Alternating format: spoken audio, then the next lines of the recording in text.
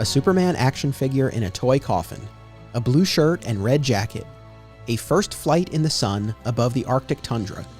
These are some of the moments that define my Superman fandom. Together on this podcast, we journey across time and media to examine, discover, and reconsider the creative visions that have shaped the Man of Steel. Welcome to Digging for Kryptonite, a Superman fan journey. I'm your host, Anthony Desiato. Joining me to discuss the morality and ethical duty of Superman is fellow podcaster and first-time guest, Rich Wagner. Welcome, sir. Hello. Thanks for having me on, buddy. My pleasure. I'm happy to return the favor. You had me on your podcast, the Heroes Homebase Podcast, about a year ago to talk about my documentary film, My Comic Shop Country, and that was how we first connected, and I really appreciated being on the show. So thank you for having me on, and I'm happy to have you on here. And I think this would be a great opportunity if you want to tell folks a little bit about your podcast, the kind of stuff that you talk about, where they can get it. I'm sure they would appreciate that. Sweet. I appreciate it. So we've been doing it probably about 2 years now.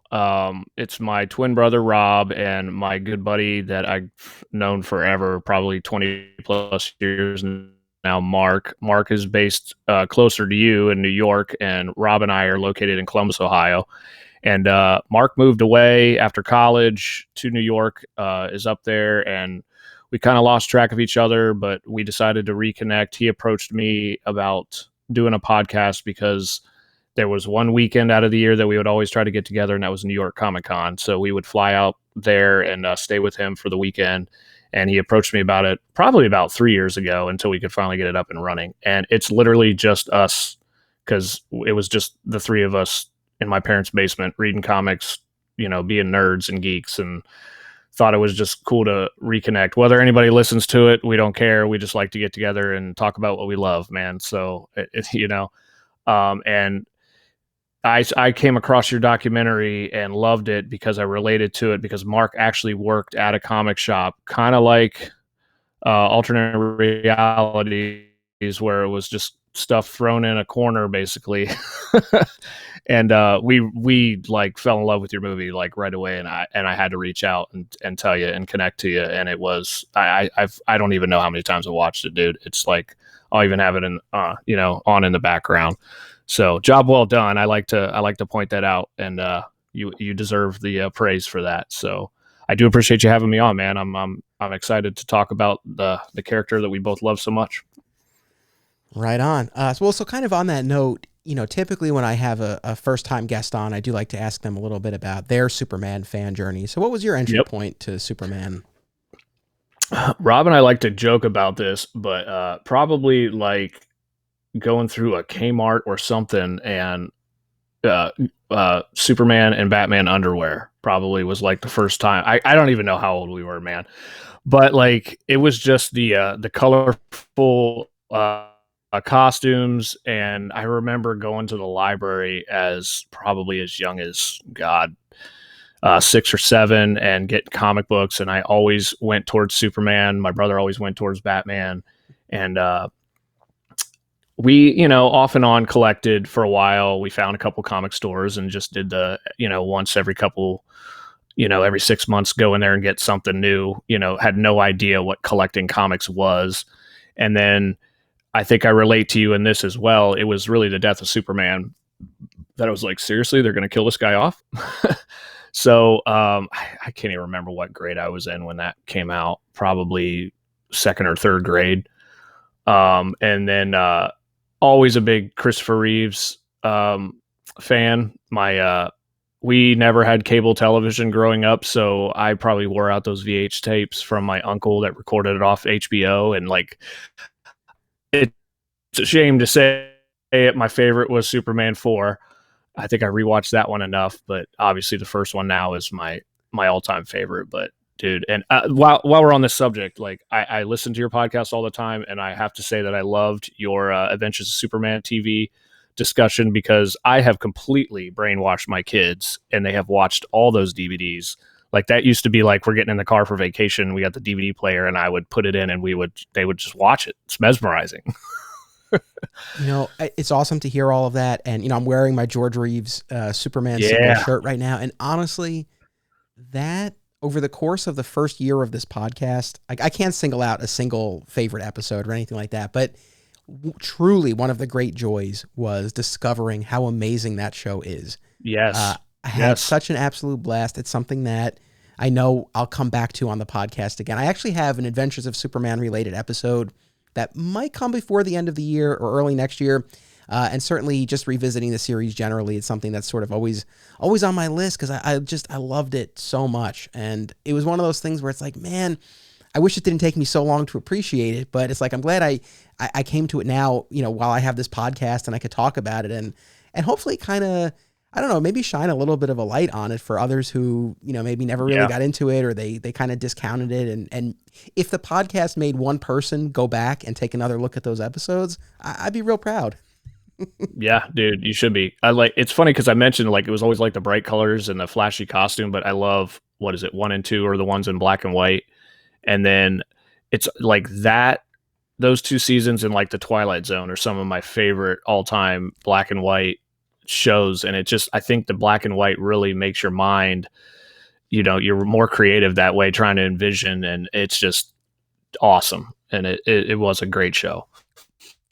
For sure. Totally with you. And didn't need all the special effects and all the, you didn't need all the special effects and stuff like that. It was totally enjoyable. I love it still to this day.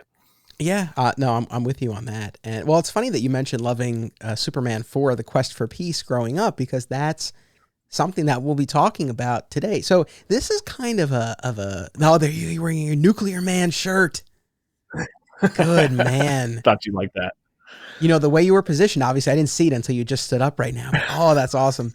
So, this is, I don't know, kind of a little bit of a headier, like higher concept episode where, I just kind of had this kicking around for a while and I wanted to do an episode about, the morality and the ethical duty of Superman. It's been a long time since my philosophy classes in college, so I might be jumbling up some of this. But, when I talk about morality, I'm talking about, really that code that Superman lives by, the choices he makes, the way he conducts himself, what it's inspired in us as fans, and also some aspects of the character, some choices the character has made that might be a little difficult to reconcile with the overall morality of the character. And we'll get into that. So that's one piece. Right. And then when I refer to ethical duty, I'm kind of talking about, what should a Superman do? If you have all of this power, how far could or should you take it? And what are the implications? And what are some of the specific stories that have dealt with that? And Superman 4, The Quest for Peace, where he rids the world of nuclear weapons, it's a perfect example of that. And I have to say, I'm glad that we can talk about Superman 4 in this context, because right as I was gearing up for this podcast, I was just thinking Superman all the time. And I just randomly on HBO Max, I put on Superman 4 and I watched it. It's not great. It's really not. And it's one of those things where, on this podcast, I'm perfectly comfortable and I'm more than happy to share, my opinion, even if it's a negative one. If there's something that I watch or read and I don't like it, I'll talk about it. And that's part of the process. But with Superman 4, it's generally accepted, I think, that it's not a great movie. And I don't like punching down, so I don't necessarily want to come on here and just beat up on this movie.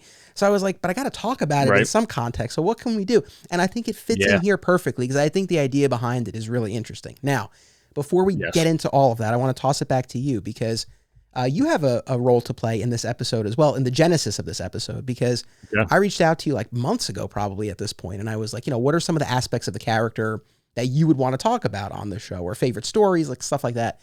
And you came right back to me with the idea of Superman as that moral compass. Yep. Right. And so I was curious, if you could just kind of talk about that generally, and are there any specific instances where you've kind of found that the character of Superman and your Superman fandom has kind of informed the way you conduct yourself? Is there anything specific that you can be I did or I didn't do this, or I do or don't do this generally, because of Superman? I don't know if I have an example of that, but the way that I've always shaped him was, my father was in the Air Force and was retired, and I want to say it was probably 92. and I was real little, obviously, and I always Superman, the truth, justice, and the American way always stuck with me. So I always envisioned the American way with Superman as he's just a walking, talking, flying American flag to me. So those values, the foundation of our country, like I was always like, man, I really wish he was real, because like he's like the ultimate patriotic figure. And I always looked up to my dad. I still look up to my dad. He's like 71 at this point. And I guess I see Superman as my dad still as a little boy.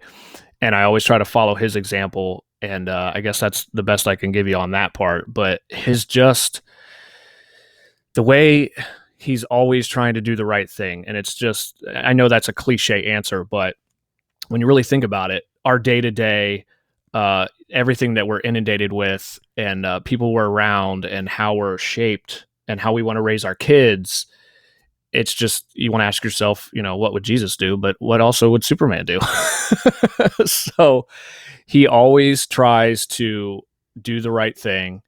And I think that's why, I guess I could say this real quick. I don't want to go on a tangent. I guess that's why I like the Snyderverse so much, is because it's so real and raw, and it puts a real life scenario in front of Superman. It's like, what would the world do if this guy actually existed? And he's always trying to do the right thing. And the moral compass for me is just be a good neighbor, be a good friend, be a good husband, be a good example, be a good manager, or, wherever you work or whatever you do, and inspire people to be the best they can be. And I try to do that on a daily basis, and definitely through this pandemic, it's just try to get the best out of people, but you got to be that example and always lead by that example. So was that too long? Oh man, that was perfect. And, and it's personal, and that's, I think, the most important thing. And, I've been thinking about this for a little while. I did, a buddy of mine, Ralph Puma, we had a conversation maybe about a year ago, actually. And it was a wide ranging chat. And he did kind of ask me about, I forget the exact question, but sort of along the lines of, to the extent that religion kind of shaped my, I guess, like my moral code and things like that. And, I was raised Catholic, so I'm sure that that played a role. But in that chat, I was like, I think probably too, like, being a lifelong fan of Superman, I think had some effect. It was hard to really like nail down something so specific from my Superman fandom. Yeah. But I think, to your point, like this overall idea of trying to do the right thing. And I think that's what makes the character so interesting and nuts to anybody who says he's not interesting, because a character with that power could do anything with it, could abuse that power, and he chooses not to. He chooses to use it just to help people. And that, I think, is so powerful. And so that idea of just helping, like you said, to be a neighbor, I like to think that I live that. I know, man. We all fall short, man. It's tough, but I can kind of, there are maybe 2 or 3 like somewhat specific things that I would kind of call out. A couple of them are real tiny, but I do carry them with me, silly as they may seem. The first one is, and I know you're a fellow Smallville fan, yeah? Yes, sir. All right. So I catch crap from Rob for watching it till the end. So yes, I am a fellow Smallville fan. Listen, there was good stuff in those final seasons. Actually, that's what I'm going to go to here. Yes, there was. In the season 10 premiere, where Jonathan Kent, who, had passed away seasons prior, he returns as this ghostly image, this vision to Clark. And Clark goes out to the field, and I know you know the scene, but just for our audience here, Jonathan's fixing the fence out in the field, and Clark goes up to him, and the first thing Jonathan says is, "Chores, Clark. Work keeps a man honest." And literally today, before we recorded, as I was taking out the trash and the recycling, and I was doing the dishwasher, and I was doing the laundry, I thought to myself, and I wasn't in the best mood doing it. That's the thing. We do fall short. I won't lie. I can't say I had a huge smile on my face, but I checked myself. And I was like, all right, do your chores. Like, work keeps a man honest. So that's a specific instance. Like, and you're like, thanks, Paul. Thanks. Yeah. Like, I've really tried to keep that in mind and use that to kind of help me get through. Yeah, maybe some of the more like mundane day-to-day tasks, like, just like keep yourself busy, like do what you need to do. Yep. So that's number one. Number two, and I know, because I heard this on your podcast, I don't know if your position has changed, but I know you're not a fan of the Superman and Lois TV show. I've caught a lot of crap. I'll keep it, clean from a lot of guests that have been on and a lot of my friends that are like, dude, don't give up on it. I guess I have not gone back to it, but I have followed you and I trust your opinion. I will commit to going back and watching it because I've heard it's gotten really, really good. I guess I was just at a point, I guess I'm still at a point where I'm kind of burnt out on the CW shows. But I promise to you and the audience that I will go back and I will watch it. Right on. So, but in fairness, like I talked about this on the show, as you know, I was so skeptical going in. I was really, really skeptical for, I think, a lot of the same reasons, and it totally won me over. But very early on, I think it was the first or second episode, very early on, Clark is having a conversation, I believe, with Jordan, his son, and, he's talking about his own father, Jonathan, and he's talking about how, he was a great dad, but he was a great dad. He was just there. Like he was just there. And, that was something that we didn't really have a choice in the pandemic. We were together no matter what. But even absent that has been my instinct, with my own son. But, hearing that, like that definitely stuck with me, like of just being there. And now, you want to talk about a practical effect, like, as we're recording this in my day job, we're kind of working out scheduling for the months ahead. And I think we've worked it out well where I'll be able to be with my son as much as possible. I'll leave it at that. But heck yeah, that was something that was really important to me, even absent Superman and Lois. But, kind of that scene, it really hit home for me where he was like, like Pa he was just there. So that really, meant a lot. And then, overall, just this idea that there's always a way, because I think for all of us, there's so many instances in our lives, personal, professional, creative, whatever it might be, romantic. There's like all these instances where you feel like you've just hit a roadblock, you've hit a wall, and you don't know what to do. And I do think that it's something I've gotten from Superman is this idea that like, there's a way. There's always a way. Like there's always something you can figure out. There's always, again, something you haven't thought of. And that's something that I do think comes from Superman for me.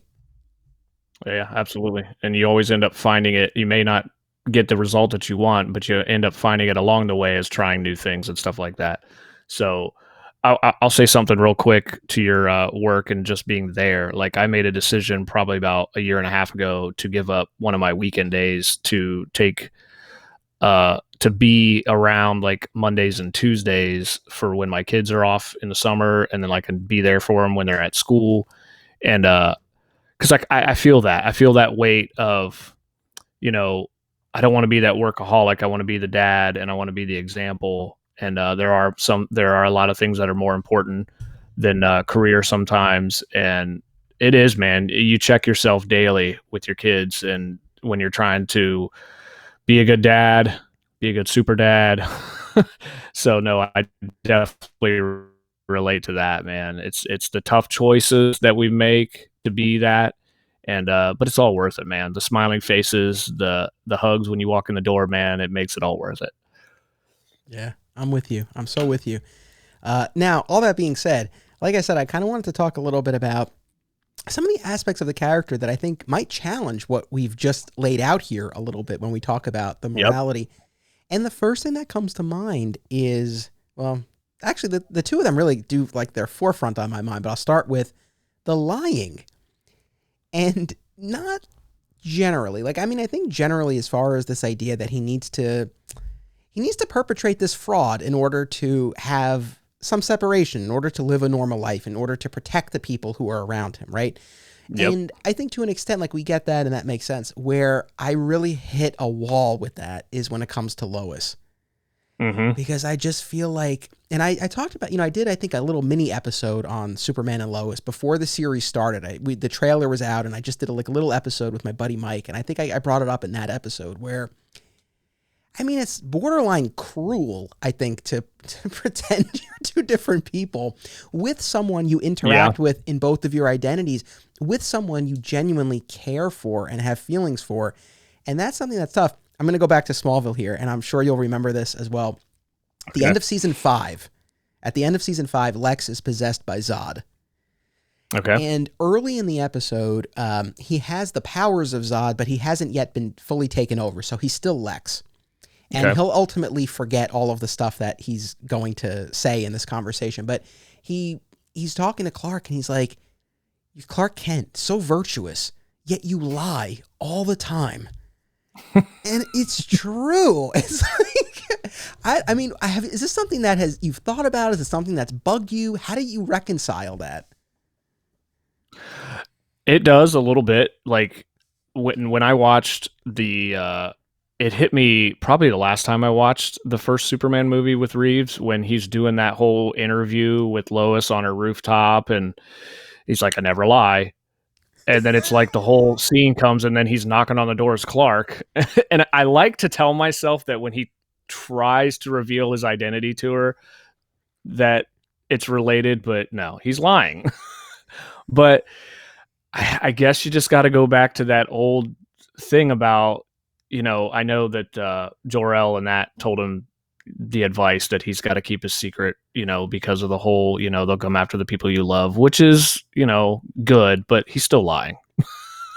So, but to say it and then just continue to contradict himself within the same time of the movie, I don't know. I guess we all try to tell ourselves that, a little lie isn't too bad, but it still is, I guess. Yeah, I guess because this is something that I've thought about, and I will say that within the context of Smallville, it didn't bug me as much because it wasn't a matter. I mean, in the later seasons, yes, he was, he did have a proto secret identity as the red, blue blur and then the blur. But for most of the life of the series, it wasn't that he was pretending to be two different people. It was just like a piece of himself that he was hiding.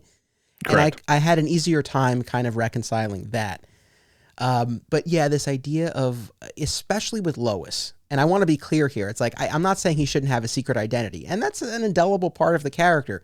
But when it comes to Lois, it's like, yeah, there are people in the world who lead these dual lives, but they're typically, like sociopaths. I mean, now. Yeah. Essence. Right. But, but again, I think that it's actually kind of interesting, right? And, again, going back to the common criticisms of Superman that I know you and I both reject, but, the idea that he's square, he's boring, or something. It's like, no, man, this is fascinating. It's like he's this paragon of virtue, but he's bamboozling this woman he cares for constantly. So I think that does actually add an interesting angle to the character. The other thing I want to bring up, and I know I think this will resonate with you as a fellow Smallville fan and a Snyder fan, right? Okay. I love this new trend.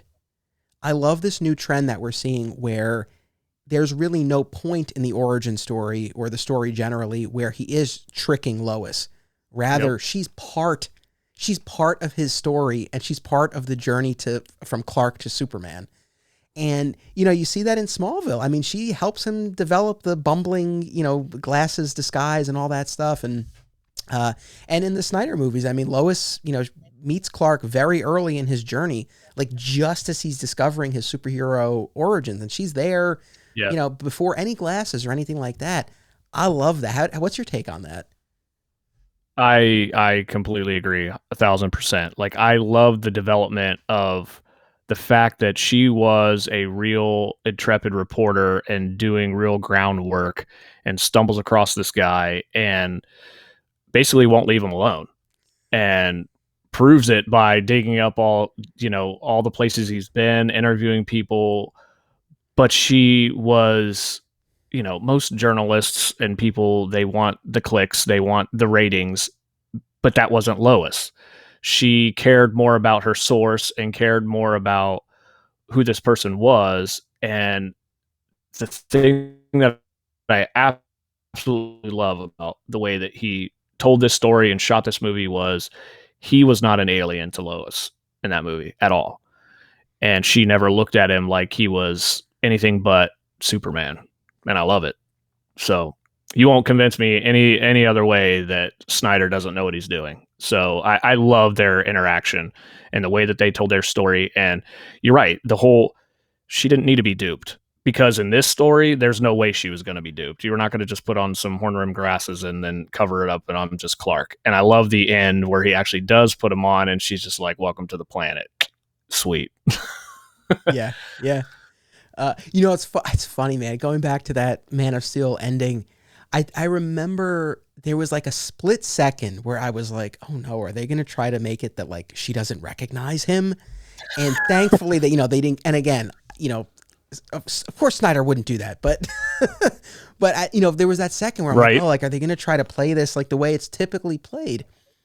So I love that. I hope that, in subsequent retellings of the origin, it kind of plays out more like that because, like you were saying, it's not just that it undermines Clark's morality to be lying like that, but also, Yep. It's real hard for this brilliant investigative journalist, Lois Lane, to not come off as stupid. When she can't, and we talk about suspension of disbelief. Her credibility goes out the window if she's fallen for that, man. And that's just not how I've ever pictured Lois or want to picture Lois. Margot Kidder, yes, but Lois as the whole character, yeah. Yeah. I mean, that's the thing. So, so I love that that's changing. Now, I'll jump for just a second to Superman and Lois. And I don't want to, I'm not really going to spoil anything because I know our audience might not be caught up, and I know you aren't specifically, but I will just say that as of this recording, the last episode that aired was a retelling of the origin, which was, his beginnings as Superman, which was really cool. And I think they did a nice job with it. And I'll quote unquote, this isn't a hard spoiler, but I will share this piece of it. In Superman and Lois's depiction of the origin story, there is a brief period where he is pretending to be two different people with Lois, but in this telling, she falls for Clark first. Okay. And it was really refreshing. It was such a nice change of pace where, to be honest, it's really kind of played as she's like, I don't like, Superman's not a big thing for her, right? Right. Like she really has this relationship with Clark. And that was lovely. As much as, again, I really have now really grown to love the version where Lois is truly part of the development of the dual identity. We didn't get that here, but short of that, I really like this aspect of, it's like Clark's the guy for her. And, it's not that she's infatuated with Superman and, she can't give Clark, a minute. So that was kind of cool. Or he's infatuated with her tripping over desks and, bumbling around the office. Yeah, I like that. Yes. Well, that's the other thing. I think that, go ahead. Sorry. No, you go. No, you go, please.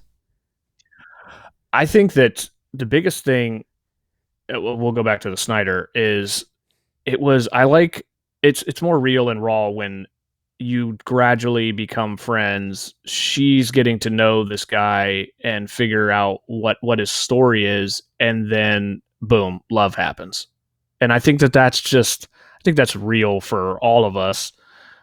Maybe not all of us, but like in general, like that's usually how it happens. You're not going to have a Romeo and Juliet, thing.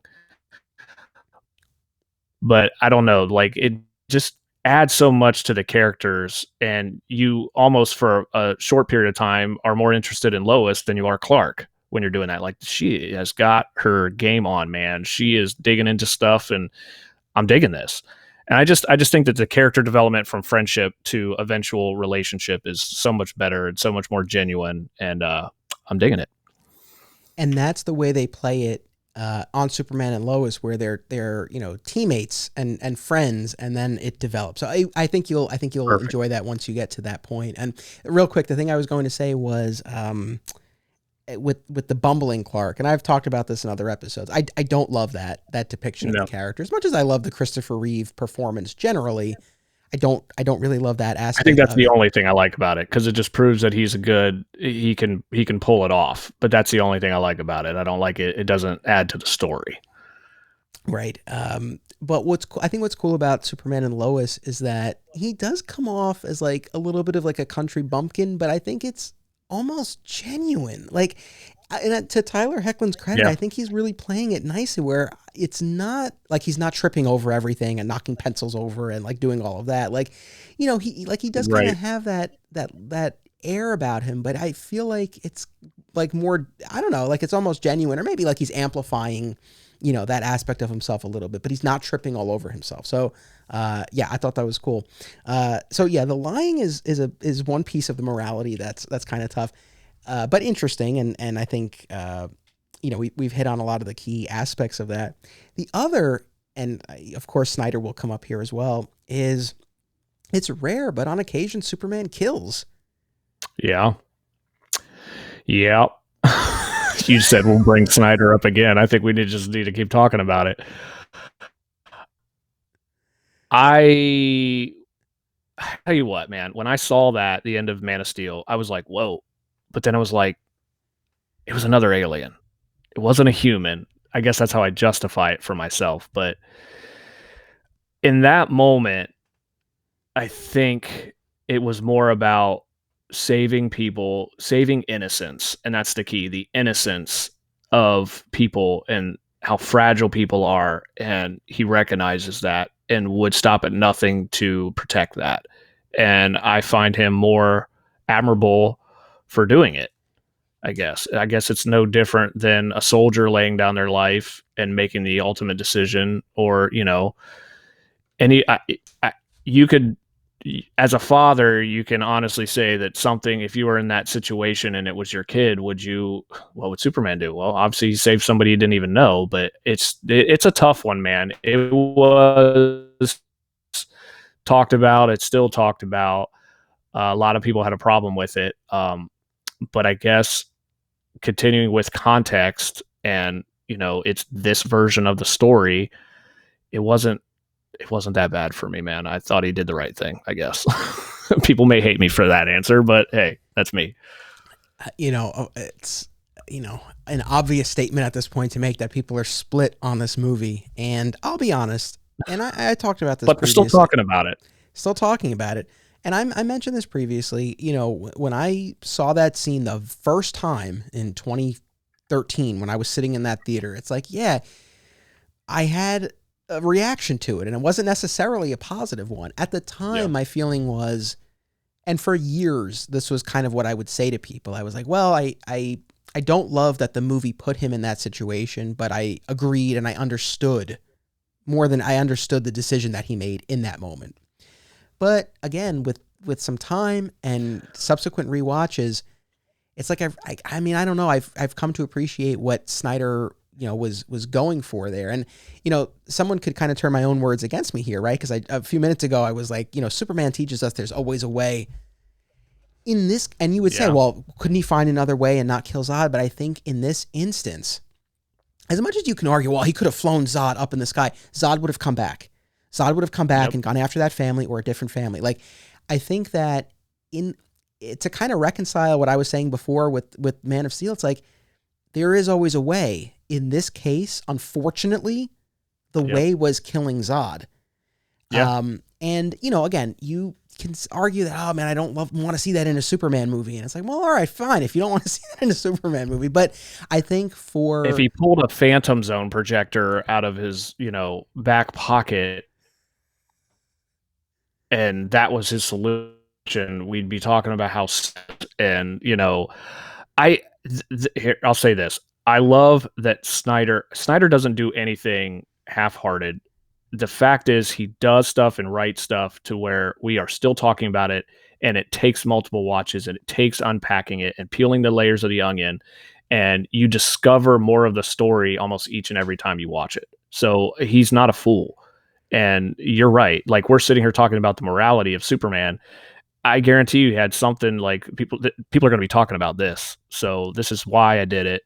And it's true, man. It really does make you think over and over and over again. But most people approach it kind of like you said, I don't want to see this in a Superman movie. I just want to be entertained. And this isn't the character that I love, but it's a new character, a new version. And now you really got to struggle or think outside the box and understand why he decided to put it in there.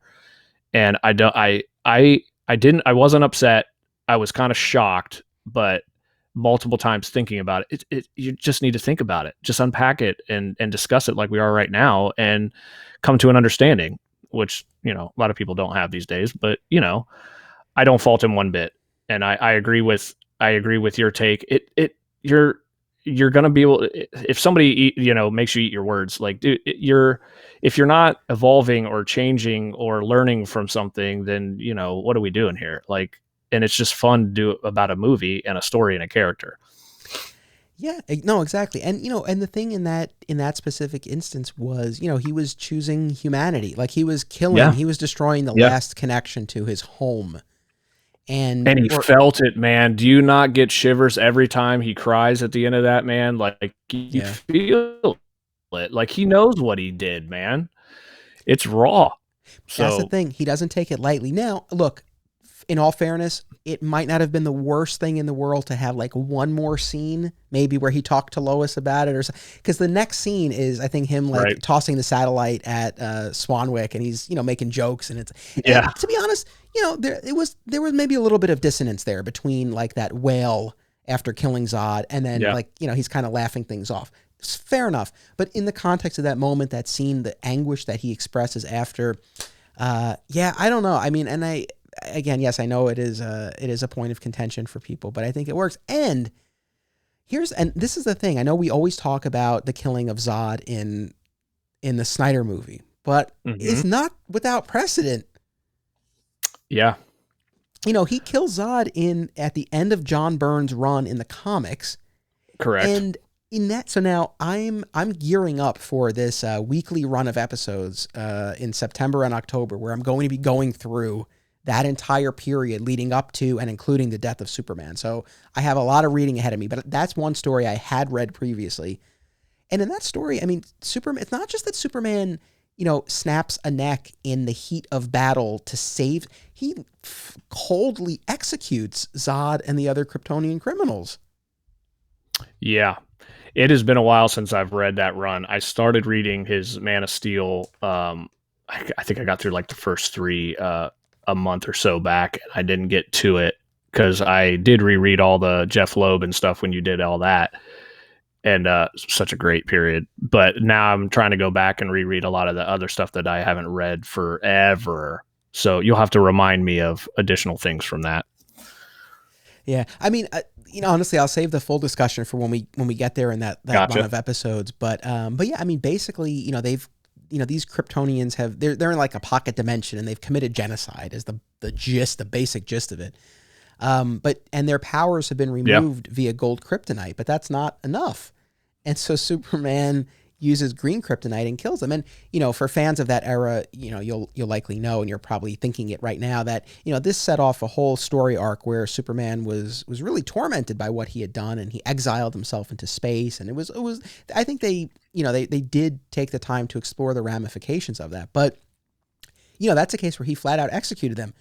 And then going back to the Christopher Reeve movies, you know, in Superman 2, and I talked about this too in another episode, but, you know, there is a deleted scene where the Arctic, like the North Pole police, are carting off Zod and Non and Ursa. So you see that they lived, but in the movie, whether it's the theatrical cut or the Donner cut, in the actual movie, they seemingly fall to their deaths in the caverns, the crevice of the Fortress of Solitude. Yes. And Superman does not bat an eye. Nope. He wraps him up with his fruit roll-up S that he threw off of his costume, and that always kind of creeped me out as a kid. Like, wow, like a little foggy pit of doom. Man, I don't want to go into that I'm scared to death of the Richard Donner Fortress of Solitude. You take one wrong step, dude. Woo-hoo-hoo. You got to watch your step. So, I mean, you know, overall, I think I probably know your answer based on our conversation about the Snyder movie. But as far as this idea of Superman not killing, I mean, I guess where I kind of land is, you know, I don't want him to be the Punisher. I don't want him to be looking to kill. I don't want that to be his first choice. But if he's in a situation like we see in Man of Steel, I'm comfortable with him making that decision. I don't think that undermines the the morality that we think of when it comes to Superman. Where do you fall on that? I completely agree. It's just like anything in life. It's about the context and what the situation is, and we can't judge. We got to judge each situation on its own merits. And I agree with you, 100%. And the last thing I'll say, and I know I've said this before, but I just think that it's all well and good to say that there's he'll always find another way and not kill. But it's like he's able to do that because the stories give him an out.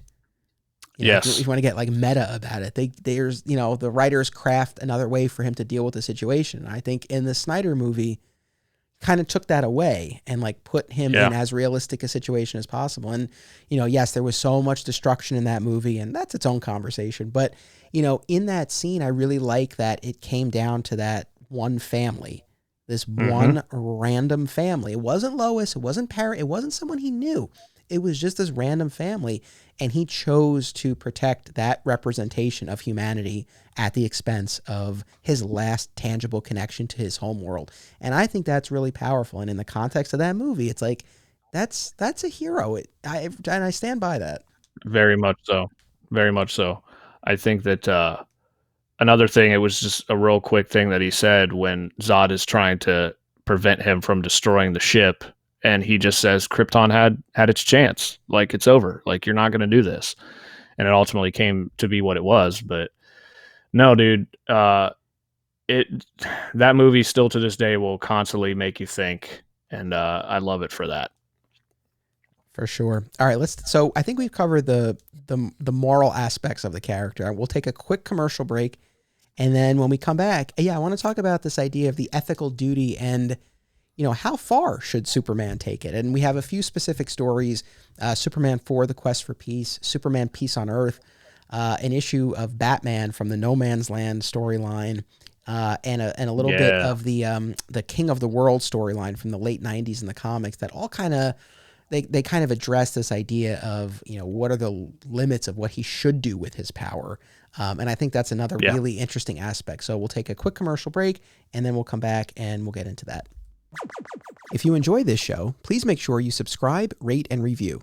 I also hope you'll consider joining my Patreon community.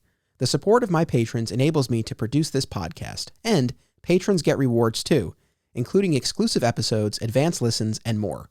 Sign up today and get instant access to the back catalog. Visit patreon.com/Anthony Desiato. Thank you to all of my patrons. I truly appreciate your support. The Hive Comics and Games is an oasis of nerd fun and events in the heart of Odessa, Texas. Whether it's comic book superhero stories or role-playing in a dungeon, the Hive is where to be. Come tap your mana and face off against the top Magic the Gathering players in West Texas. Hive carries a majority of new comic titles each Wednesday and has all of your favorite titles in their back issue section. Follow them on Facebook at The Hive Comics and on Instagram at The Hive Comic Shop. Film lovers and filmmakers should check out this family of film festivals: Brightside Tavern in Jersey City, Hang On to Your Shorts in Asbury Park, Point Lookout on Long Island, and In the Cut in Bloomfield, New Jersey. Submission information for filmmakers, as well as details about the festivals generally, can be found at filmfreeway.com.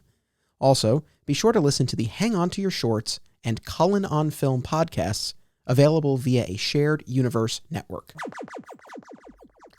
All right, and we're back. And on the note of plugs, where can people listen to the Heroes Homebase podcast, Rich?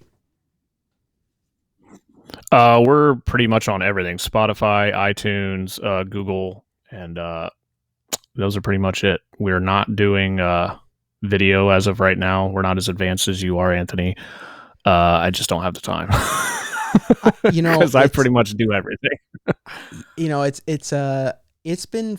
I'll peel back the curtain for a moment for the audience. It's been fun doing the video podcasts. I don't know that I'll necessarily continue it once I use a platform called Ecamm, and I have a yearly subscription. And once that subscription is up, I don't know that I will necessarily continue it. So it's been fun. And I mean, to be honest, it's like, I know that I've picked up viewers/listeners through YouTube just by virtue of having it there. So there is some value to it, but at the same time, like to use Ecamm, there's a not insignificant cost to have it, and I don't know that it's totally worth it. So all that being said, it's fun to do, and in my heart of hearts, it's like, to me, a podcast is audio. It's, so there's a little bit of that, but it's been fun doing. But so I do hope everyone checks out your podcast. And I do also want to give, I appreciate it. I want to give a couple of comic shop shout outs. I want to give a shout out to our great friends, Fat Moose Comics in Whippany, New Jersey, led by Sean Hendricks, who of course was in my comic shop country. He's been on all my podcasts, not this one yet, but I've got him on tap for one for next year. And they're in Whippany, New Jersey. I encourage people, if they're in the area or near the area, to check them out in person, or at least check them out on social media. Feel free to reach out to Sean if there's something that you're looking for. I know he'll do his best to hook you up with it if he can. And I also want to give a shout out to another New Jersey store, Eastside Mags in Montclair, New Jersey. They're actually going to be moving over the coming months, and I'll likely tell you more about that on the podcast when it happens. But in the meantime, if you're in the Montclair area, or if you want to check them out online, it's Eastside Mags. Really cool store run by a guy named Jeff. I had him on my other podcast, My Comic Shop History, a few years ago. Really, really cool dude, and it's a nice shop. And again, they're going to be moving. So again, if you're in or near the area, do check out Eastside Mags. Okay. So let me plug this real quick. Yeah, Have you please. listened on ours, and now my buddy Mark is like obsessed with Zap comics since you did that in the movie. The dude will take a train ride for like an hour just to go there, and he absolutely, every episode we record, he's like, I went to Zap, Zap, Zap, Zap, and I'm just like, dude, you just need to they need to pay you. So there you go, dude. Your movie has exposed a lot of people to a lot of different shops, man. So good work. That's cool. No, I love to see that. So, like I said, I want to get into this idea of the ethical duty of Superman, and we have a few stories that are going to highlight that. This is going to date this episode a tiny bit, but it's worth it. So, there is a forthcoming mini-series written by Grant Morrison, Superman and the Authority. And yes, to be honest, I don't know a ton about it, but Morrison gave an interview recently. And there was a quote that I wanted to share that kind of speaks to what we're going to be talking about. So Morrison said, and I'm not going to do an impression. I'm just going to read it as myself. It's probably super deep, isn't it? Well, as it usually is. But so, all right, Morrison said, I think there's a certain degree of, if he's that powerful, couldn't he change things? We're kind of leaning into the idea that he's a really good man and wants to do the best for us, but he's not actually human. He doesn't want to break us, but he's gotten to the point where he thinks maybe he should break us. Maybe we need this. It's slightly scarier than Superman as an authoritarian dad with heat vision eyes. It's more of an alien perspective saying, I've had enough of you. You've been messing up too long and are really going to hurt yourselves if I don't do something. So very germane to our conversation. Yeah. I don't know if I want to. Ooh, I am going to check that out though. When is that coming out? Do you know? I think, actually, I don't know. I don't know offhand. I was going to say summer, but I think it might be more in the fall, but it's definitely before the year is out. Okay. It's definitely in 2021.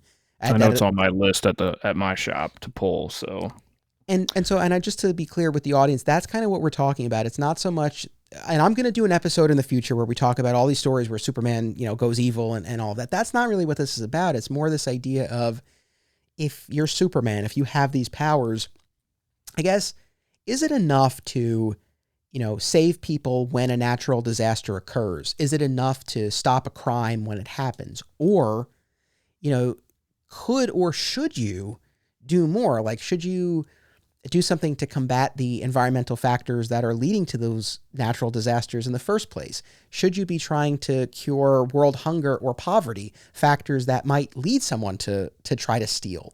Those are kind of the questions that I would love to discuss, because I think it's fascinating. It's a fascinating piece of this.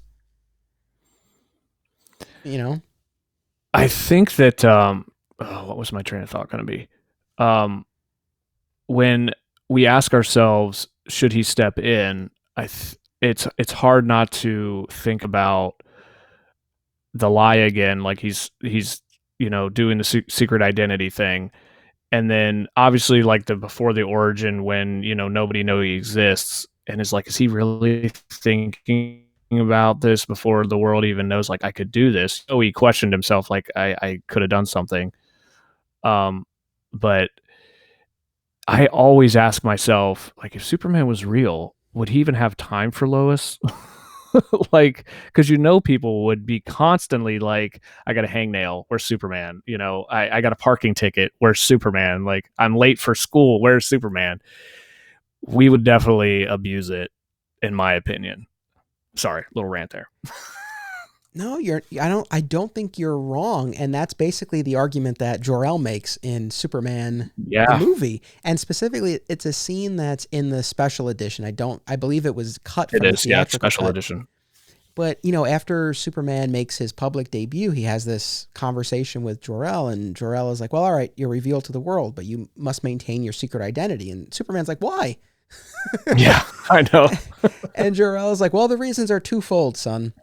It turns out that 15-year programming session wasn't enough. He still had more wisdom to impart. Right. He talks about, needing to protect followed the people.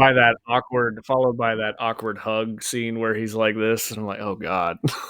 Yeah, that part's a little goofy, but he talks about how, he needs a secret identity to protect the people close to him, of course.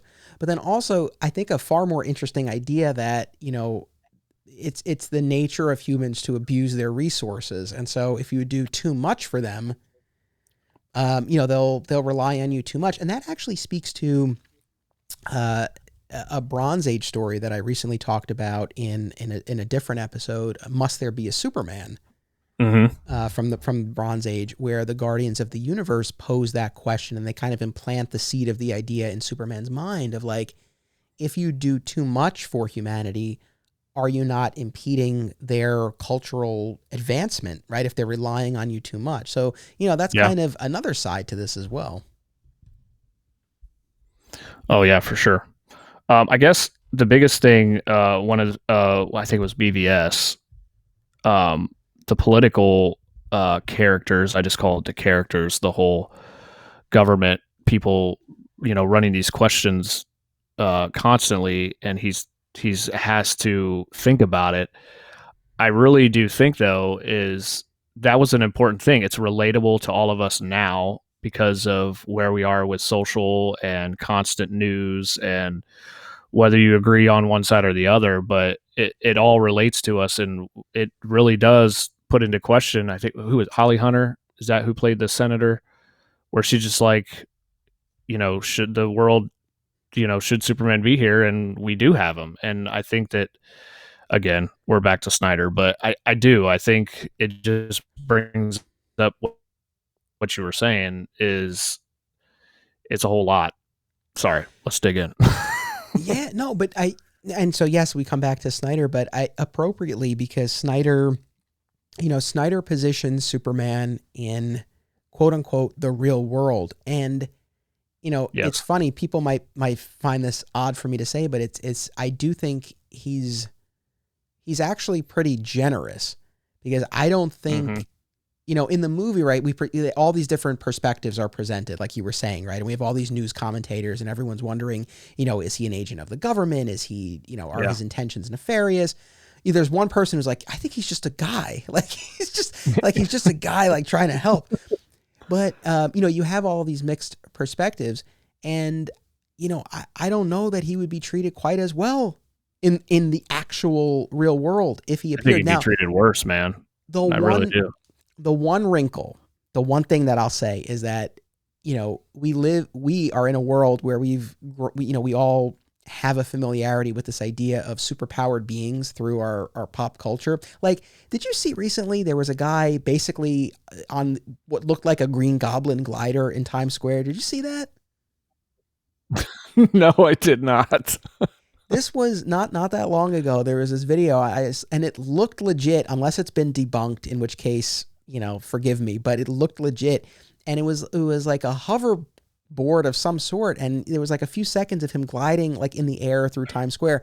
And what were all the tweets? All the tweets were, "Oh, the Green Goblin is real," because there's this frame of reference. So I do think like if if a being with the powers and the powers of Superman appeared, I think we would have some kind of frame of reference. But taking that out of the equation, yeah, and even with that in the equation, I still think that the Snyder movies gave Superman a better deal than he would get in the real world.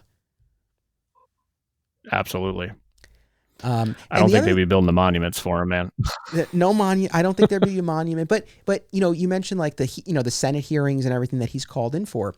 And what's fascinating is that in those movies, and specifically BVS, Batman v Superman, where he we're really getting into the meat of this discussion, where people are debating his intentions and everything. Yeah. All he's doing is saving people. Right. He's not, he's not trying to solve world hunger. He's not trying to disarm the world of nuclear weapons. He's just rescuing people. Yeah, man. You never thought you'd get yelled at or slapped on the wrist for trying to lend a hand to help out. That's really, honestly, that's all he's doing. Yeah. So, I mean, maybe that movie starts to answer the question, especially if we're trying to look at this as realistically as possible. Maybe this starts to answer the question of like why he shouldn't go so far. Because it's like in the context of those movies, even just rescuing some people raised suspicion. And I'll also say this because just if we're, again, to kind of get a little meta here, it's like, right, at the end of the day, Superman can't solve too much because it's like we need future stories. So, right, there is that aspect. But if we're trying to look at this as realistically as possible, and specifically looking at stories that do really address this this question, like I said, I do think the Snyder movies might start to give us a little bit of an answer, like why he doesn't go so far. He's in that telling of the story, like he's met with so much resistance just with some saves. Now, we got to jump to Superman 4. Okay. The Quest for Peace, because it's like, it's so night and day in terms of, again, the Snyder movie really giving us like this hard look at what Superman would be like in the real world. In Superman 4, The Quest for Peace, and for anyone who hasn't watched it in a while, or if somehow you've never watched it, if you're a Superman fan, this little kid writes Superman a letter, like, why don't you just get rid of all the world's nuclear weapons? And of course, this movie came out right in the late 80s. We have all the Cold War fears, all of that. So it's very much a product of its time. But, in the context of the movie, this kid writes Superman a letter and Superman decides, okay. And so he addresses the United Nations and he's like, and again, it's the Christopher Reeve performance and we love that. But, there's a lot of integrity and it's very earnest. And he's like, I've been a visitor on your world for a long time, but this is my home and I'm going to do what you're unwilling or unable to do. I am going to destroy the world's entire arsenal of nuclear weapons. World of all nuclear weapons. And Rich, how do the representatives of all the world's nations, how do they respond in that moment?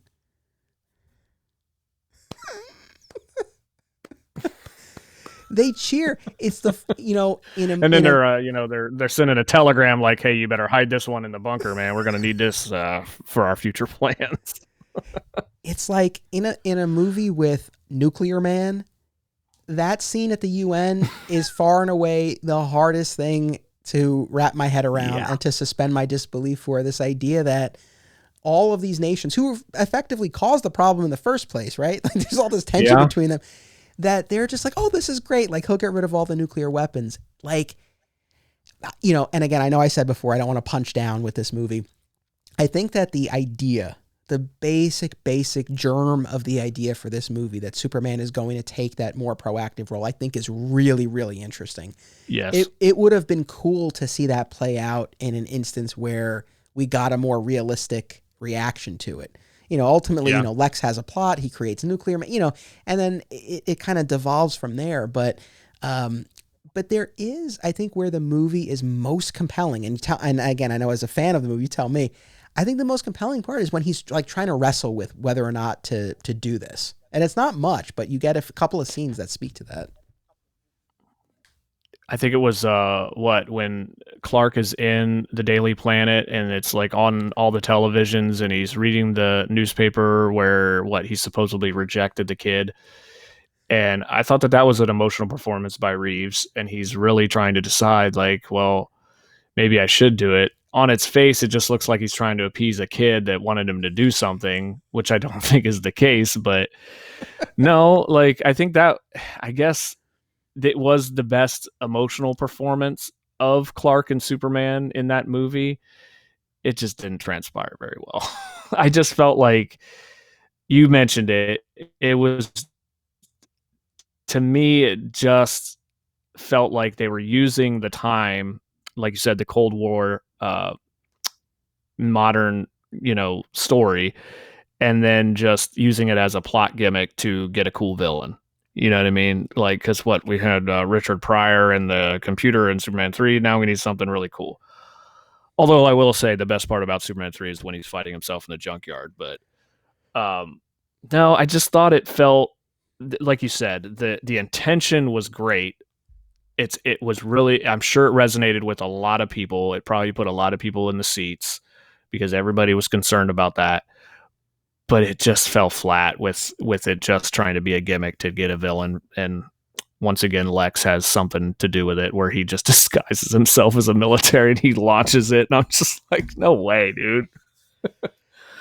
Yeah, it's it's rough. And for anyone who's not familiar with the background of the movie, the Salkins, father and son producing team who did the first few Superman movies, they farmed out their rights to another production company for Superman 4, and the budget was slashed significantly. And you just see you just see it on the screen. I mean, when Superman's flying, it's basically the same flying shot superimposed on different backgrounds throughout the movie. It's sad.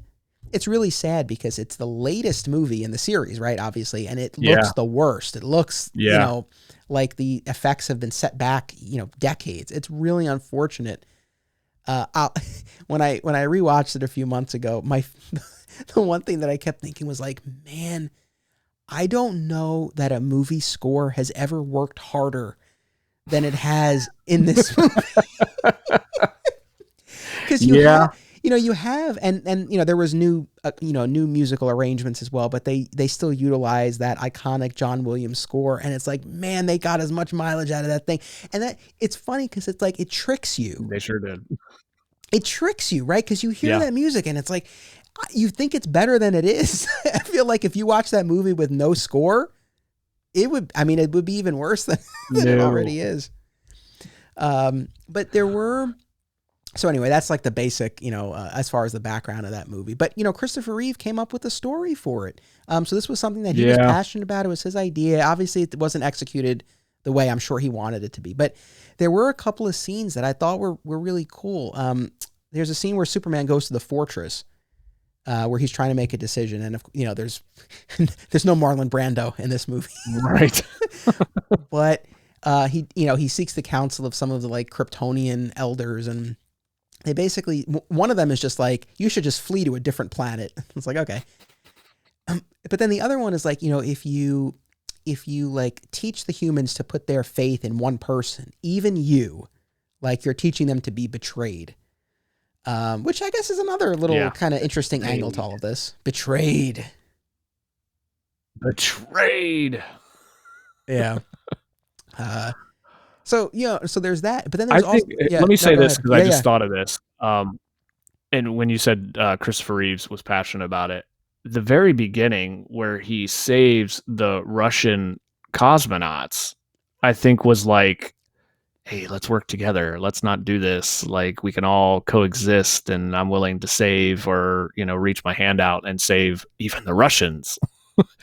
I thought that was a big thing. And, I glossed over it and it didn't hit me till probably the last time I watched it. Like, dude, he was saying something in the beginning. I know this is all Cold War, but like, he tried, I guess. Like, let's work together. Sorry, go back to your original question. I'm sorry. No. That's all good. I guess when we talk about, some of those Cold War movies, we needed something a little more like Rocky IV, where he's really just punching communism in the face. Like we really, but, and I'm sure I'm a massive Rocky fan, and I'm very excited. Actually, Stallone's doing a director's cut of Rocky IV, so I'm looking forward to that. Good old Sly. Good old Sly. But so the other scene that really that I thought actually was impactful was, and it was a tiny moment, but I liked it, where Superman is on the roof with Lois, and we're gonna, we have this whole bit where he reveals his secret identity to Lois. He takes her on another flight, and then he erases her memory with another kiss. That piece of it was real, it was regrettable. But earlier in the scene, as Superman, he says to Lois, he's like, Lois, I don't always know what to do. I don't always know what I'm supposed to do. And that was like, I truly, I think like a genuine resonant moment in that movie where he expresses like, and especially in those movies where you don't, I think it's harder to connect with the character as a person in those movies. And I feel like that was a moment where it's like, yeah, like he is sometimes just a guy like trying to figure it out. And so I thought that was a cool moment as he was wrestling with that, I think Superman is so much more relatable to us when we see him struggle with that, when we see him struggling watching news coverage about himself and is trying to figure out the right thing. But I think it's such a key to realize that he is so human in that moment, and he's so relatable to us because we ask ourselves the same questions. So it's like we look up to him, but he's still just that one line from the Whedon cut of Justice League, and that's all I'll say about it, was where Bruce said he's more human than I am, was probably the best line from that whole entire version, because it's almost true, man. He's almost more human than a lot of us and what we should be. So yes. Yeah, it's true. I mean, when you think about, Bruce and the path that he was set on and his upbringing and all of that versus Clark's, which, powers aside, was like a lot more down to earth. Like, I think Clark is far more a man of the people, than Bruce Wayne. So yeah, I'll give the theatrical cut that. That's it. That is all. I will never bring it up again, I promise. That's about it. But yeah, so when we talk about this, I guess there are a few different considerations, right? Like how far the power should go, and I think it's in Superman 4, the quest for, not Superman 4, Superman Peace on Earth. The tabloid-sized Alex Ross, Paul Dini story where he tries to fight world hunger. I think it's in that story at one point where he's like, I don't know that it's my place to insert myself. So, there's that kind of angle that's interesting too. I'll say this about the Peace on Earth. This came out in the late 90s. I read it when it came out, and I don't have the strongest memory. I think I liked it, but it didn't necessarily stick with me. I think I was a little too young to really appreciate what the story was doing. And when I reread it now, and I don't think I've reread it since it first came out, carries a lot of weight, doesn't it? I was so moved by it. What were your impressions, especially upon rereading it? It is so heavy on so many levels.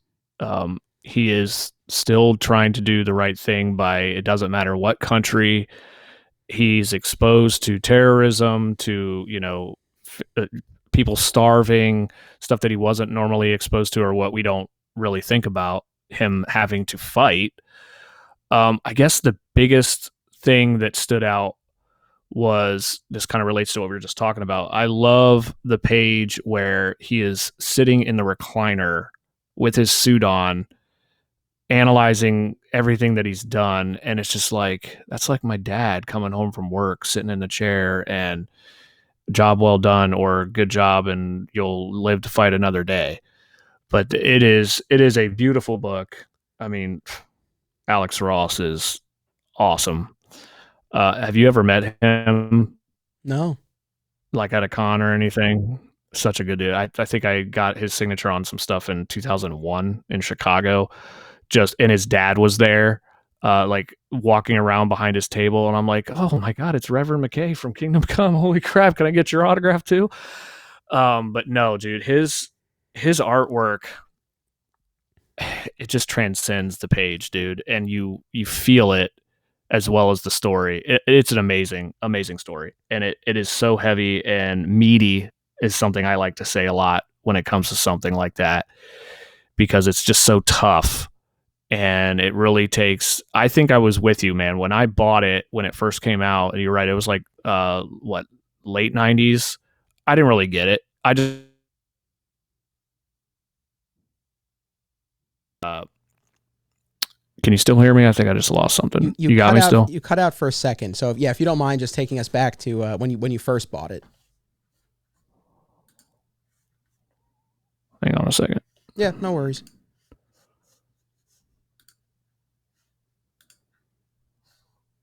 Actually, while you're doing that, I will take the opportunity. Plug just went away. All right, while you're doing that, I'll take the opportunity to just share with the audience that our next episode, I guess, is kind of going to somewhat continue along this thread where we're looking at some somewhat complex and interesting aspects of the character. And for my next episode, I'm going to be joined by a former customer of my old comic shop who's actually a real life pastor. And we're going to be talking about the Brian Azzarello, Jim Lee story For Tomorrow. That'll sort of make up the spine of our episode, the meat of the episode. But the bigger picture is we're going to be talking about the religious implications of the character. You know, there are numerous parallels between Superman and biblical figures, specifically Moses and Jesus. And there are a ton of stories, and I'm sure as you're listening to this or watching this, things are coming to mind where we've had writers and artists and directors really lean into that religious symbolism. And it's something that I've always kind of been fascinated by. And so we're going to talk about that. So that's going to be the next episode. So that should be a lot of fun.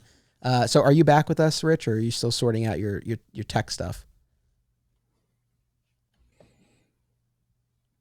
Still can't hear. Okay, so what I'm going to do is I'm going to pause the recording right now.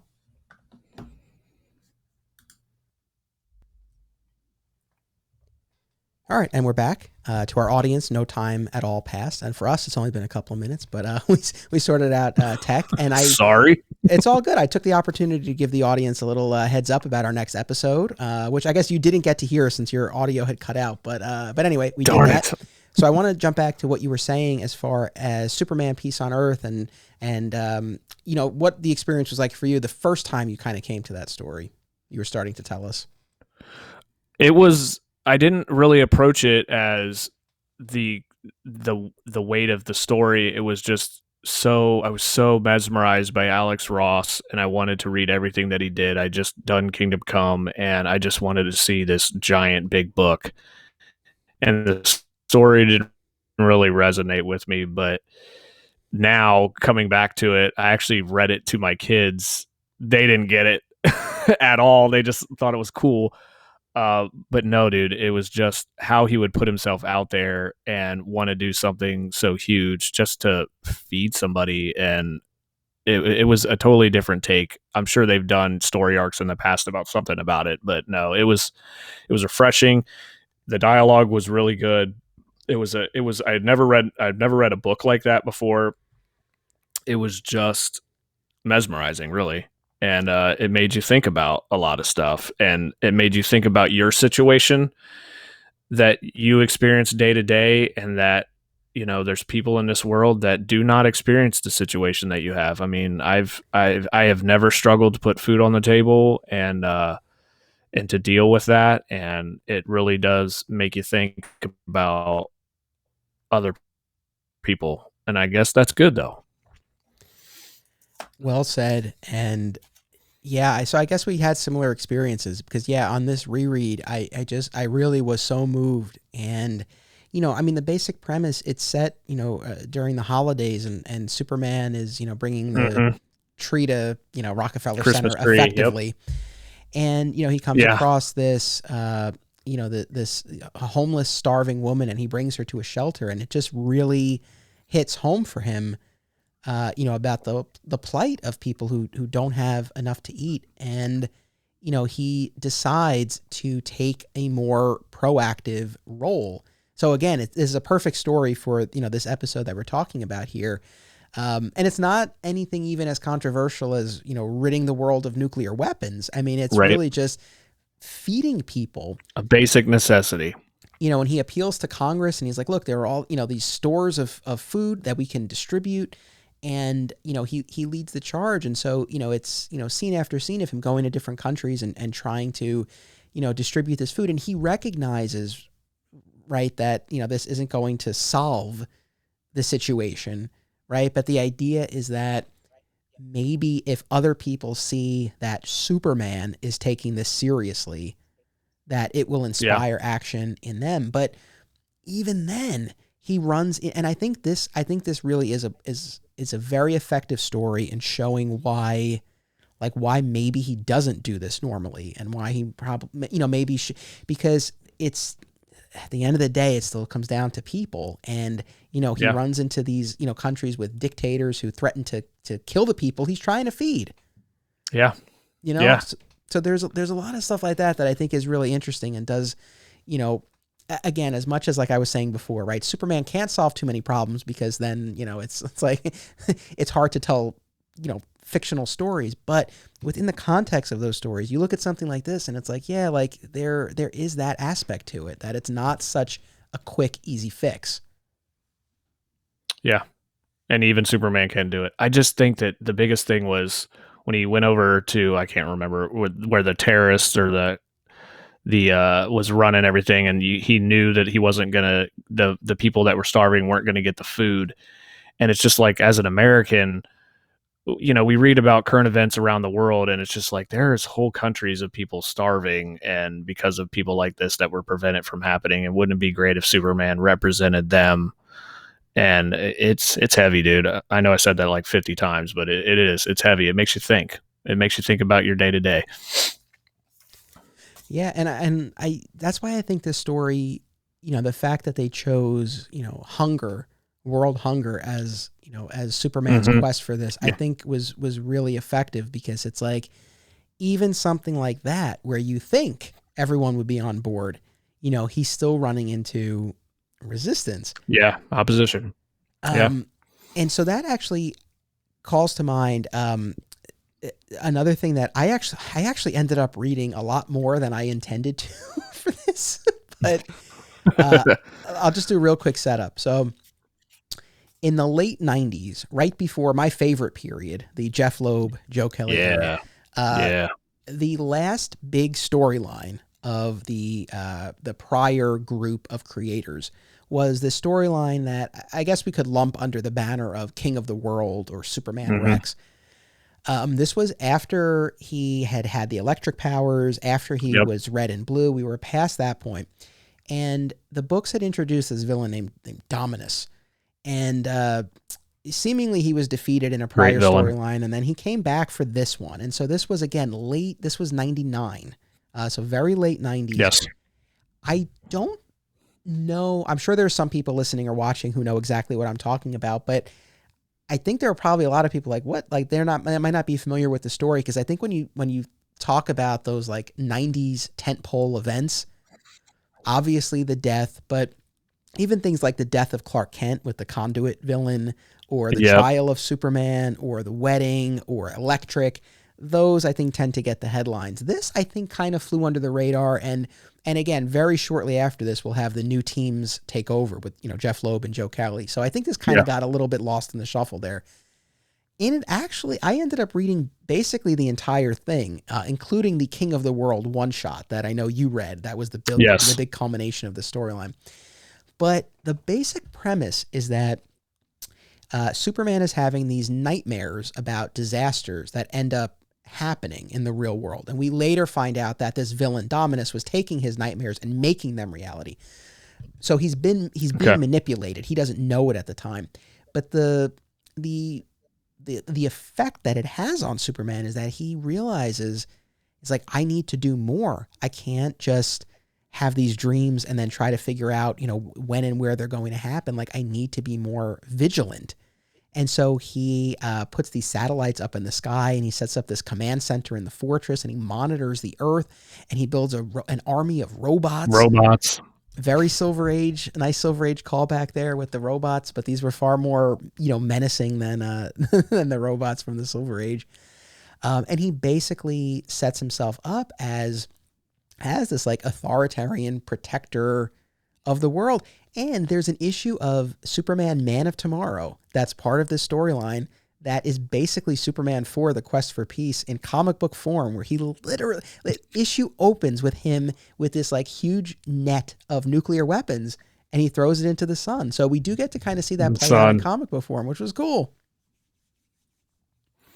The biggest thing when I read this, the King of the World one shot, was why is Bruce Wayne wearing Superman's costume? Because this is something that Bruce Wayne would do. Like, I know that he did like an OMAC storyline, probably, I don't know, 2000s or whatever, where he had his satellites and stuff. Like, this is so Bruce.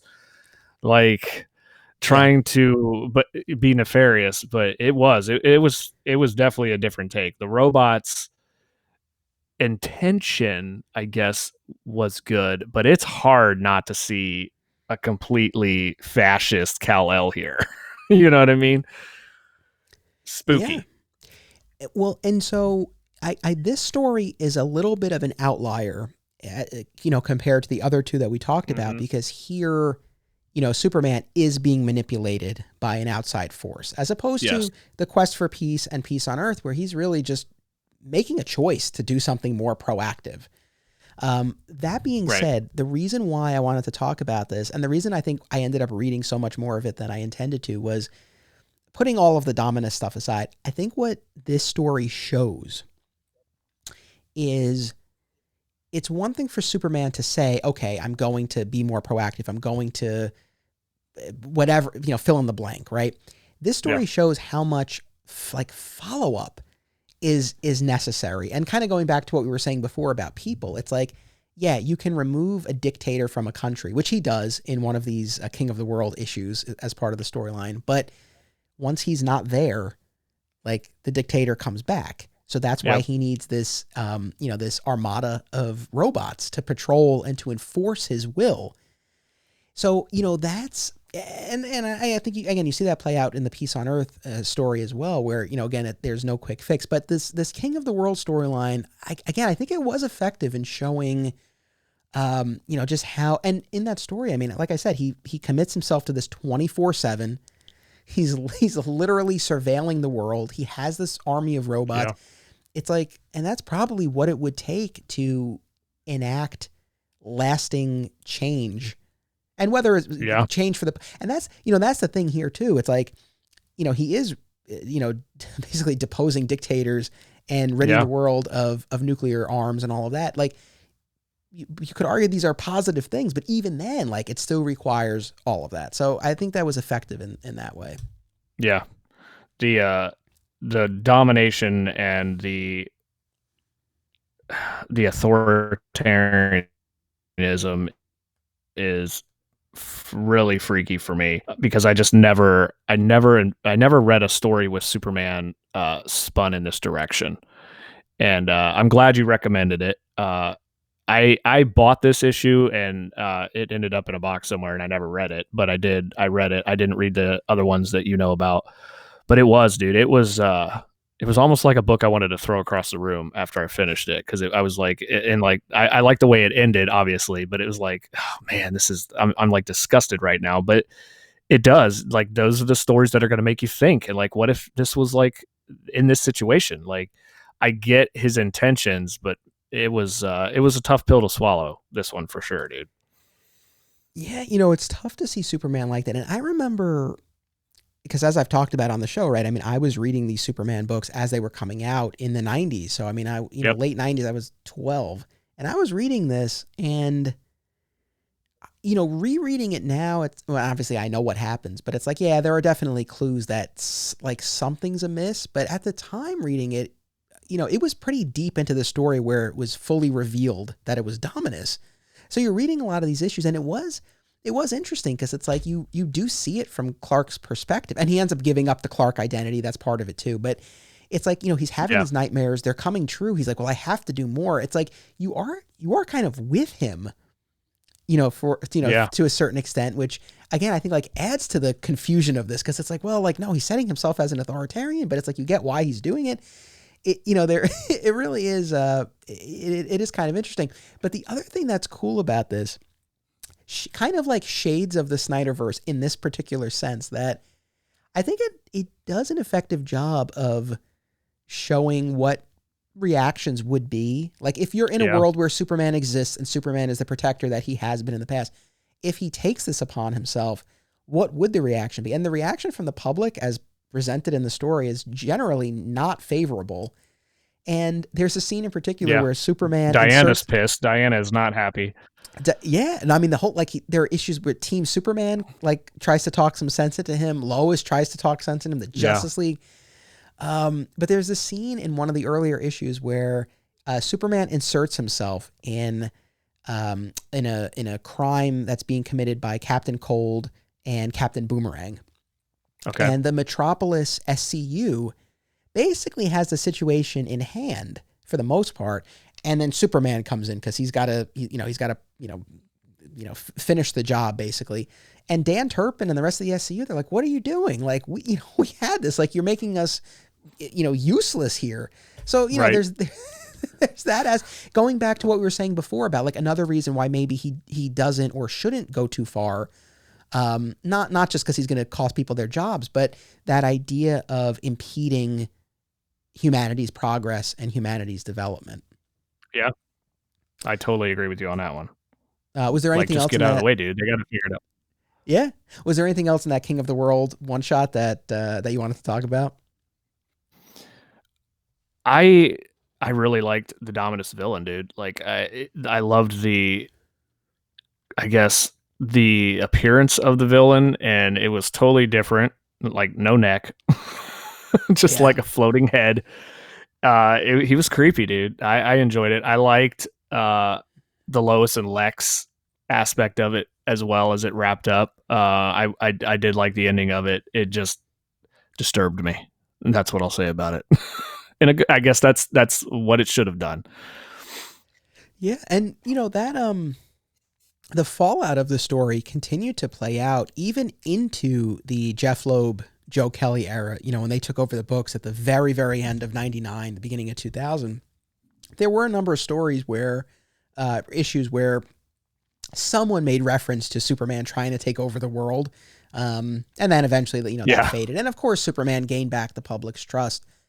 But that was something that did kind of have some ramifications, at least for a little while. And actually, the last story that was quote unquote assigned for this was an issue of Shadow of the Bat. I forget the number. Was it 94? No, 92. 92. 92. Thank you. By Devin Grayson and Dale Eaglesham. It's part of the Batman No Man's Land storyline. Yes. And it's just a self-contained story where Clark specifically visits Gotham, and this was after the King of the World storyline. So I think that was kind of cool. And they make some vague allusions to that where, Superman's like, I recognize not every problem can be solved from the stratosphere, and that some things, there aren't always quick fixes. And he really comes in as Clark to try to, get the lay of the land. Had you read that story before? Yes. I remember the Cataclysm all the way to No Man's Land, and what was the other one? Aftershock and No Man's Land. This one was good. The artwork, I totally forgot how good it was. It was excellent. And it wasn't just a Superman-Batman exchange. Obviously, Batman is the same, and like, you don't need to be here. What are you doing? He's questioning why he's there. But once again, love Clark goes in, wears his or tries to disguise himself as a homeless person or something, and he lends that farming advice to that gentleman, finds the girl. They deal with, obviously, the what's the old book that kind of took place in Gotham. Classic war. Wait, tell me again. What was blank? Because you cut out there for a second. It's an old novel. It's a novel. I can't think of the title of it. An old movie where the boys go to the island. God, what is? Oh my God, what? I'm drawing a blank. I'm sorry, I'm not helping you here. I don't. That's okay. Man, I'm gonna beat myself up on this, but it's just how like Lord of the Flies. Thank you. Yeah. Thank you. That's it. It's a real Lord of the Flies type environment. And, certain people will take the lead and do nefarious things. And obviously Batman and Superman take care of business. But no, it just just that farming exchange with the gentleman about, the crops, and then it rains at the end of the issue. It was touching. I enjoyed it, and the artwork was awesome.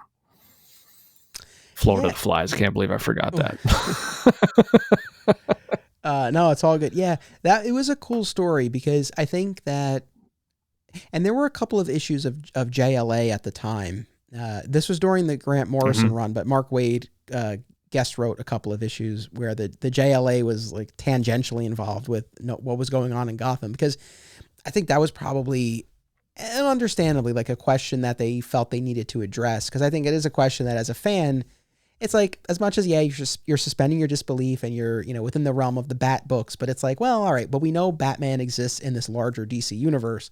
Yeah. It's like, why aren't you helping out here?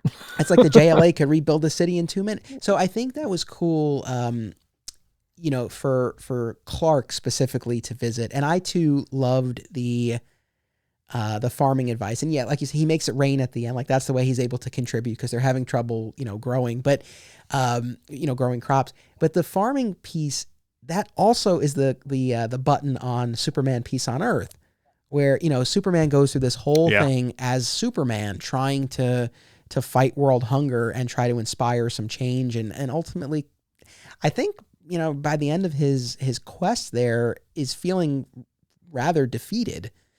And we didn't, one of the countries he goes to, they throw rocks at him. And he says that, and we know they don't physically hurt him, but he talks about how those rocks, like he feels each of those rocks, right? Because of the intent behind them. And that story ends with him as Clark, like teaching a school field trip about farming, the wisdom of his father, kind of coming through, and he's maybe making a little bit of a difference as Clark in that way. So I thought that was a nice touch and a nice parallel between those two stories that I had forgotten about. Oh, absolutely. You hit that on the head for sure. Yeah. So I think we've covered a lot. Is there anything else about either the morality of Superman or, this question of like what his duty should be, or any of the stories that we anything else that you want to talk about that we didn't get to? I made mention that there was a book that I came across while I was trying to find all my one shots, prepare for this. It was, Superman, Where Is Thy Sting? Mm-hmm. And, I think it's relevant to our conversation. This book is an acid trip when it comes to the artwork. It is all over the place. I'll sum it up real quick. It's basically Superman questioning his existence per se. He's questioning why he's the only survivor of Krypton, and basically I'm going to say it again, going through these acid trip things, visions, and it's really death seeking him out. And basically, and death is like this, if you can envision the xenomorph from the Aliens, that's literally what death is depicted in this comic. And he's exposed to multiple scenarios where he's the last survivor. He'll outlive everybody that he loves, and he just questions everything. But at the end, death is appreciative of what Superman shows him, and he shows him love, and he basically obviously lets him be and doesn't pursue him any further.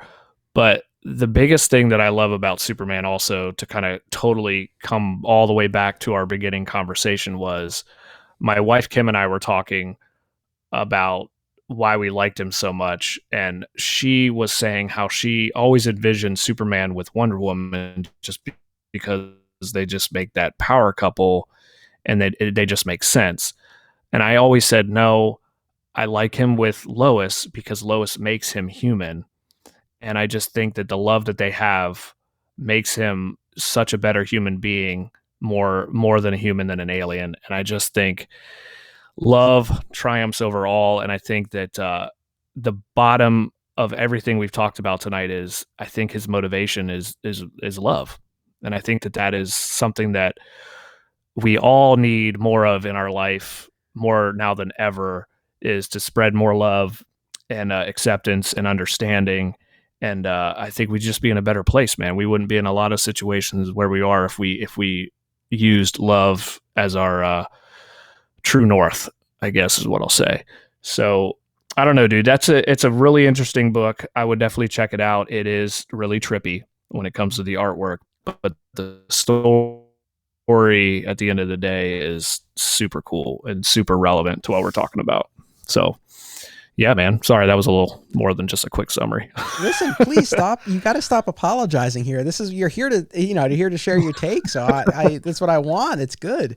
And I appreciate you sharing about that book. I owned it and I read it years ago, and I sadly it left my collection during one of the prunings that I did over the years. But I do have a vague memory of it.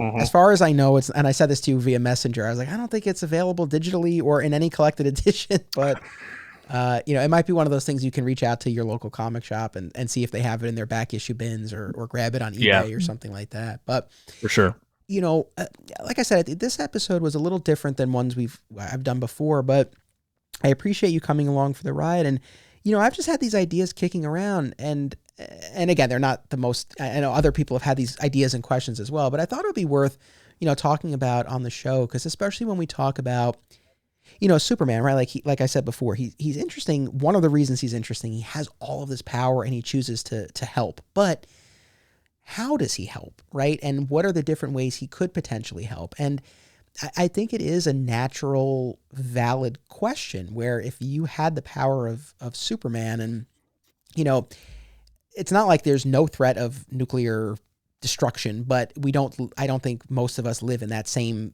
fear that, people experience in the Cold War, but, updated a little bit, climate change. It's like, well, if we were to kind of do like a new iteration of one of these types of Superman stories, it's like, yeah, Superman can keep fighting the forest fires or something like that might break out as a result of climate change, right? But what if he thought, well, there might be a way for me to actually stop those fires from happening in the first place if I address some of the larger issues. But then he's imposing his will on people in a larger way, and that might not be his place. That might not be the role he wants to occupy. And he might be met with resistance, and he might be met with difficulty in implementing and enforcing that. There are a lot of different aspects, but I really do think it's interesting. And I don't think there's like a hard answer on that. I think when you get stories like almost the quest for peace, it didn't fully get there, but they were trying, they were trying to do what you get in Quest for Peace. I keep mixing these up. Peace on Earth. Peace on Earth. What you get in Peace on Earth in particular, and anyone who hasn't read that, really go check that out. Cause I think that really gets at the heart of, what we've been talking about. But when you get stories like that, I guess they don't always necessarily have their place like in the regular ongoing adventures, but every now and then when you can have a story that delves into it, I truly think it's worthwhile.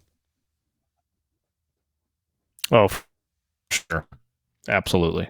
And it forces us to think that if he thinks of something, and like we said, something insignificant that we don't really go through with hunger in our particular circumstance, it does make you question, like, if he's going to take on a challenge like this, and then if he ramps it up to nuclear, or if he's going to get into, let's say, like a